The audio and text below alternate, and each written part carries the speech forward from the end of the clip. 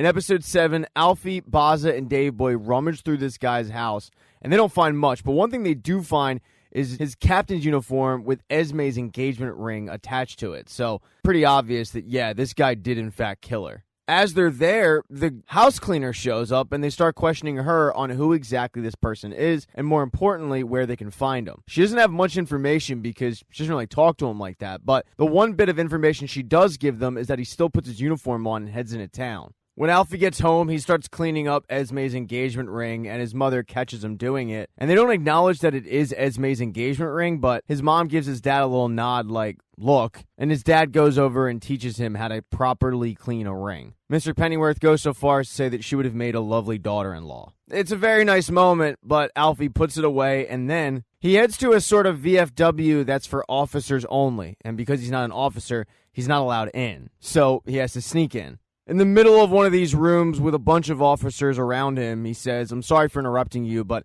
I'm looking for one of your own. His name is Captain John Fitzsmythe Curzon. Nobody says a word, though, and Alfie's getting visibly upset. At this point, the soldier that's standing guard outside that denied him entry ends up coming inside to kick him out. But one of the captains, who appears to be a very, very higher up, says, no, let him go. Let him have his say. Alfie goes on to say that Curzon ended up killing his fiancée. And it was all because years ago he made a joke at his expense. Because his men laughed at him, Curzon never forgave him. So to get back at Alfie, he beat her and he strangled her. Alfie tells all the captains that because of it, it put a black mark on the entire regiment. And he's asking them as honorable men to help him. After repeating his name, no one is giving up any information. The whole room is quiet. And Alfie says as he's leaving, well, if you won't give me some answers, then I won't answer for what happens when I find this guy. As he's leaving, him and the soldier from outside end up getting into it because he made the soldier look bad by sneaking in. But that's when the captain, who appears to be in charge, comes outside, and he tells him that his story sounds incredibly absurd. But he can tell just by looking at his face that he's not lying. He explains that he's asking a lot by asking the regiment to betray one of their own. And Alfie points out that one of their own is a lunatic and a murderer. The captain promises to make some inquiries, and if Alfie's story checks out, then he'll have a man at the bar at 2 o'clock the next day with some answers. So the next day, Alfie, Baza, Dave Boy head to the bar, hoping that at 2 o'clock somebody will show up. And as they're waiting, Alfie says to the bar owner, where's Sandra? And he says, oh, she's upstairs, but she seems to have a problem with you, although she won't say. And the problem is, when Sandra came over after the two hooked up, Alfie kind of blew her off. So Sandra feels like he slept with her and then was done with her. When the bar owner says that it appears that Sandra has a problem with Alfie, Alfie says, okay, well, I'll have a word with her when I see her next time. But listen, if I don't see her, then tell her I'm sorry for whatever it is she's angry about. Right after that, the soldier from outside that Alfie got into it with enters the bar, hands Alfie a piece of paper where he can find Curzon, and walks out. And now that Alfie has the location, he wants to do this alone. But Boz and Dave Boy warn against that. Even as they tell him that he's going to need their help, he says, no, this is a one-man job. Now he just has to wait till nightfall to head on over and take care of Curzon. As Alfie is waiting to get his revenge, Lord Hardwood is also waiting to get some revenge. He's decided that when he heads to London, Sykes should not come with. It really should just be him and Peg. He's worried that someone might recognize Sykes. After all, she's supposed to be dead. And this doesn't sit well with Sykes, but she doesn't really have a choice.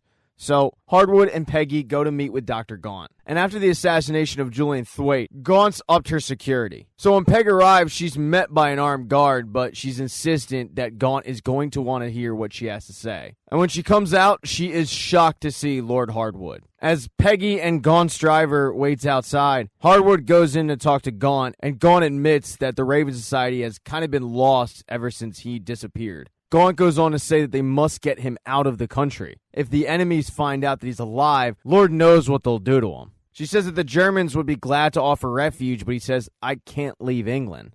He tells Gaunt the crisis is coming. And while she tells him that she will defer to his judgment, she does think that the peace that they've been able to reach with the No Name League will hold. Hardwood says that may be true, but Undine Thwaite is no fool. She'll break the truce as soon as she has all the power. After all, you had her husband killed in front of her. And Gaunt is quick to point out that that wasn't her, although she realizes that everybody thinks she did. She then wants to hear about Hardwood's plan. And his plan is pretty simple. It's all about redemption. Gaunt goes on to ask how exactly he plans on doing this, because if he reveals himself, the government will arrest him. And they're not going to let him live this time. And he agrees with everything she said. So the plan is for now to remain in hiding. They'll let the Raven Society Grand Council know that he's alive, but that's it. And then, when the time is right, he's going to reveal himself publicly. When Hardwood and Peggy get back to the old couple's house, Peggy's worried that Gaunt might have betrayed them, told the police about them. She's extremely paranoid, but Hardwood tells her, don't worry, we're safe. That's not the kind of person that Francis Gaunt is. When Sykes walks in the room, Hardwood turns to her and tells her that he's been talking to some old friends, and he's heard from these people that Alfred Pennyworth found out who killed his fiancée, and he knows that that's of interest to Sykes. So Hardwood gives Sykes a location of Curzon. And that night, as Alfie sneaks into this, what looks like a hostel, he ends up running into Sykes, and he's very surprised to see her. But they both have the same mission. The problem is, as they're discussing the fact that Sykes is supposed to be dead, Curzon ends up hearing this and sneaking out. So when Alfie ends up getting to his room, no one's there. But as they're leaving, they end up running into him. This causes Alfie to chase after Curzon on the rooftops. The rooftops lead to alleys, the alleys lead to streets, and unfortunately for Alfie and Sykes, Curzon is able to get away. And then finally, there's Martha Kane. She stumbles her way back to her apartment, where she is shocked to find that Thomas Wayne is waiting for her, pissed off because he hasn't heard from her or her sister in days. And at first, Martha Kane just thinks that this guy is freaking out over nothing, but when she learns that she's been missing for 3 days, she gets pretty freaked out. She ends up taking Thomas Wayne over to Crowley's house, the whole time cursing the fact that he ever was stupid enough to actually trust Martha Kane with his sister's well-being. Martha, though, is trying to ignore it, and when she knocks on the door, Jason Ripper answers. But somehow, Crowley has turned Jason Ripper from a killer to a boy toy. When Ripper lets him in, Martha says, I need to speak to Crowley immediately. But as she's waiting for Crowley to show up, Ripper continues to talk, and eventually Martha just says, who are you? And that's surprising to Ripper because he really thought she'd remember him after all the, quote, fun they had. She tells Ripper, though, that if she doesn't see Crowley and Patricia Wayne down there in a minute, she's going to call the police. And that's something that Ripper does not want. He doesn't want the police involved in this at all. That is when Crowley finally shows his face. He knows all about Thomas Wayne. He's very excited to meet him. He tells Thomas, your sister speaks very highly of you. But even as Crowley bestows a bunch of compliments onto Thomas, Thomas is not in the mood and demands to know where his sister is. Crowley assures Thomas that Patricia is fine. She's upstairs. She's safe and sound, and even sends Ripper to go grab her. And while they're waiting for Patricia to come downstairs, Martha starts yelling at Crowley for drugging her, but Crowley, of course, acts like he has no idea what she's talking about. He puts all the blame on Martha Kane, saying, you are an adult, and if you want, you can call the police. By all means, do it. The chief inspector is a good friend, and he'll tell you I'm a good egg. And honestly, where's the crime here exactly? Martha is getting more and more upset because she realizes she doesn't have a lot of proof, and she looks for Thomas Wayne for a little bit of help, but Thomas kind of looks at her like she's crazy. And that's when Martha says, there was a man with a goat's head. There was also blood, I remember that much. And all of this sounds pretty crazy. They're interrupted when Patricia Wayne comes down and greets her brother. And just like Crowley did, she assures her brother that she's fine. So Thomas says, okay, we're leaving. But Patricia says, no, we're not. He then asks to speak with Patricia alone, and Crowley suggests, yeah, go speak to your brother by yourself. They go outside, and Patricia tells Thomas, I'm happier than I've ever been. And Thomas has to admit that she does look better. The fact is, the more Patricia talks, the more she sounds like someone who's been seduced by a cult. Even as Thomas tries to convince her to come back with him, she refuses. Thomas tries to go with the bold approach, saying that she's besmirching the family name, but that gives Patricia even more reason to stay. She feels like Thomas doesn't actually care about her, but cares more about salvaging the Wayne name. Patricia and Thomas walk back into the house where Crowley was gaslighting Martha. And Thomas turns to Martha and says, all right, let's go. And Martha can't believe that Thomas is going to allow Patricia to stay with Crowley. But Thomas ends up pointing out that she's a grown woman. She has to make her own decisions. As they're walking out of the house, Martha warns him that she's in danger. But Thomas points out that she's been in danger her whole life. In fact, that's where she wants to be. Crowley will tire of Patricia or Patricia will tire of him. But either way, it's going to end with Thomas Wayne paying him off. This conversation ends with the two insulting each other and going their separate ways. But that night, Martha has a dream where she suddenly remembers a little bit of what happened to her in that 3-day span. And it's not pretty. First thing in the morning, she runs to Thomas and says, everything Crowley was talking about with Satanism, it's not an act, it's true. He really does have a pact with the devil. She realizes how crazy she sounds, but she swears up and down that she's telling the truth. She explains that she started remembering some of the things that happened to her, and Thomas asks, were you sexually assaulted? But she says no, worse. Even after hearing all of this, Thomas Wayne doesn't believe her story. He explains that if Martha really believes that she saw the devil, she should probably see a psychiatrist.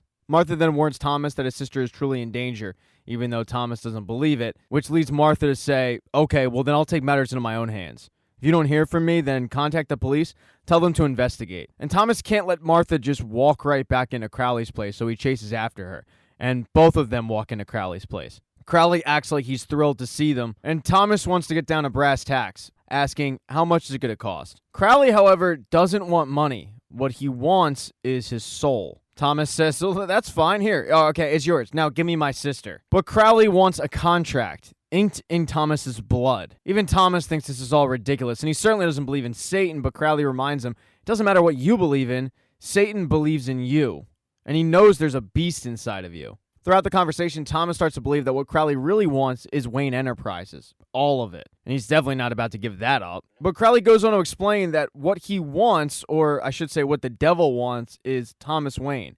Not the name, but his spiritual essence. Crowley then goes on to tell the entire room that Thomas is spying for the CIA. And Thomas is a terrible liar. He tries to deny it, but it's obvious that Crowley caught him. Martha can't believe that she didn't guess this sooner. And Patricia is blown away. Thomas turns to Crowley and demands to know how he knows this, but Crowley says, it's my boss, of course. He knows. And Thomas is getting more and more upset, to which Crowley says, see, the beast inside of him is coming out. Thomas starts throwing numbers out, but Crowley says, you get much more than Patricia in return for giving the devil your soul. You get my master's eternal friendship. Thomas is getting more and more fed up, though, so he tells Crowley, I'm not going to negotiate with you. I want to speak to your boss. Crowley tells him that there's little chance that he'll be able to meet the devil. He just doesn't really do that sort of thing, but there's no harm in asking. So they head down to the basement, and Jason sets up a projector. Thomas sits down, and he starts to watch this video of an orgy going on, and he starts to get transfixed by it. But when he sees his sister in the orgy, he loses his cool. He starts attacking Jason, choking him with the film. And when he finally stands up, he can't believe what he just did. Crowley says, and you say there's no beast in you? Now be honest. Tell me you didn't meet the devil. When they get up from the basement, Thomas demands that Patricia come with him. But Thomas is still very freaked out. Crowley tells Patricia that he and Thomas now understand each other, and she's to go with him. So Thomas, Patricia, and Martha head out of there. But hours later, Thomas still hasn't said a word. Martha finally asks, would you tell us what happened? And he lies and says, nothing happened. Martha says, you saw him, the devil, didn't you? But Thomas says no, and we were never there. None of us were ever there. Martha once again says, you saw him, but Thomas is adamant, no. Seems more like Thomas is in denial. But let's not forget, these two had first banded together because they were working for the League. And the League's adversaries, the Raven Society, had a meeting that same night. Frances Gaunt addresses a few of the members, and she riles the crowd up. But one of the members in the crowd is Mr. Pennyworth. Thank you so much for checking out this recap. Please consider subscribing to the channel. Hit thumbs up if you liked it. Smash that thumbs down button if you thought this sucked. Make sure to be nice in the comment section. If you don't see the next video up in the end screen there, I'll get it up in a few days, not to worry. And I have merchandise, so go buy a mug or something. It's never too early to think about Christmas gifts, folks. But once again, thank you for checking out this recap.